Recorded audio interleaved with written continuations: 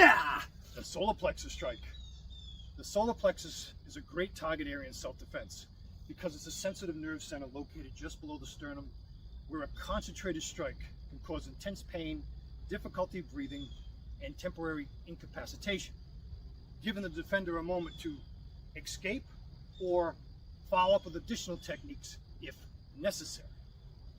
Now, in my younger years of boxing, in order to set up a straight rear to the solar plexus, I would pop my sparring partner with a few strong jabs, stepping into that jab to get maximum power, earn some respect, and then I would feint high with the jab and drop low with my straight rear to the solar plexus.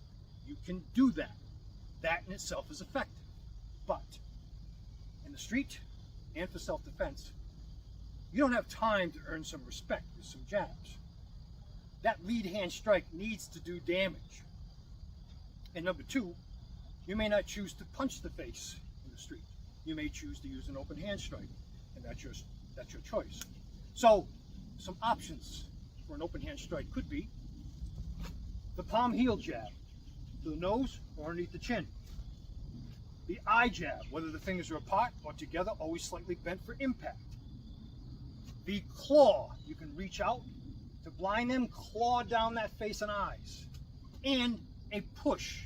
You either push that face or you put your hands in the face for that moment, for a moment so you can drop down and bury a nice solar plexus strike.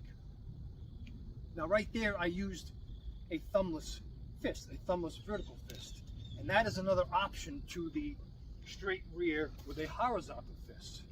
So again, to make that thumbless fist, roll your fingers and then lock the thumb on the top. You can do it with the thumb on the outside as well, on that vertical punch. That's your choice. Experiment and see what you like better. And next, off the rear, options besides those two closed fist strikes. Open hand strike can be a palm heel strike, with a palm heel to that solar plexus. Now, I wouldn't do it to someone shorter than me. I would do it to someone my height or taller.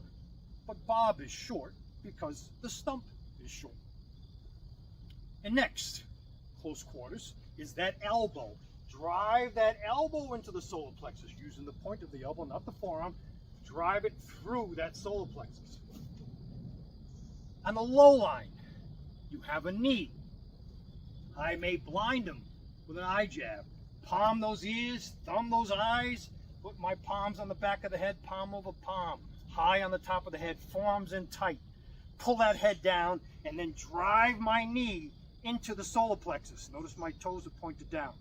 Use your hip, drive into that target area for maximum power.